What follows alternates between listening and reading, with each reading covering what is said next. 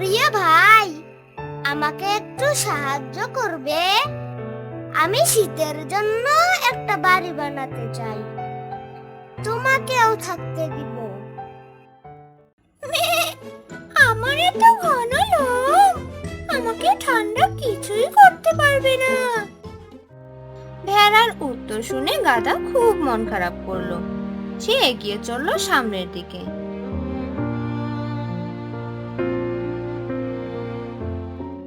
বন্ধু রাজহাঁস, এবার শীতে বাড়ি না থাকলে কষ্ট হবে। শুনেছি অনেক তুষার পড়বে, তাই আমি একটা বাড়ি বানাতে চাই, একটু সাহায্য করবে? তোমাকেও থাকতে দিব।